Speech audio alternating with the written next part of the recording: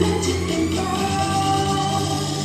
Nhà nhà hạnh phúc đón xuân vừa sang, đem thêm bao điều bình an. Chúc nhau không phải lo xa đi luôn ấm no, chúc nhau nhiều điều mới trái tim yêu thật nồng say. Vui xuân vậy đón Tết này, mùa xuân về mang bình an qua đây. Người người cố gắng Tết xuân về đây, lên sân tô hồng trời mây. Pháo hoa reo mùa xuân quay quanh bên bánh trưng, hát khúc ca mùa xuân trái tim thiên đường rộn vui. Hãy yêu người cất tiếng cười, mùa xuân trăng đang về đây tươi mới yêu đời.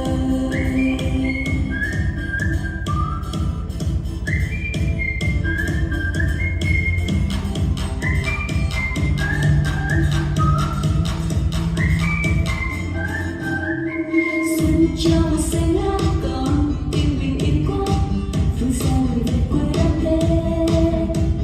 Ngân vang lời câu chúc cho gia đình xuân tốt, hân hoan chào mùa xuân mới sang. Xuân đang về trên núi cho tâm hồn phơi phới, rộn rã hơn cả bao điệu nhạc xuân vui. Ô kia mùa xuân đơm hoa mùa cây trái, nắng chưa lên trên cành cao.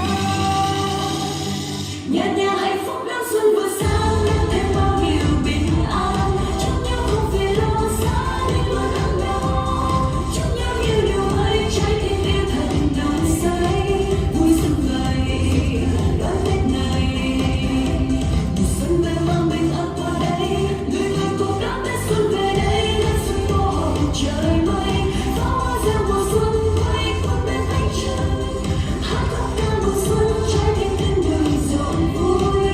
Hãy yêu người cất tiếng cười, mùa xuân trăng đang về đây tươi mới. Hạnh phúc đón xuân vừa sang, đón thêm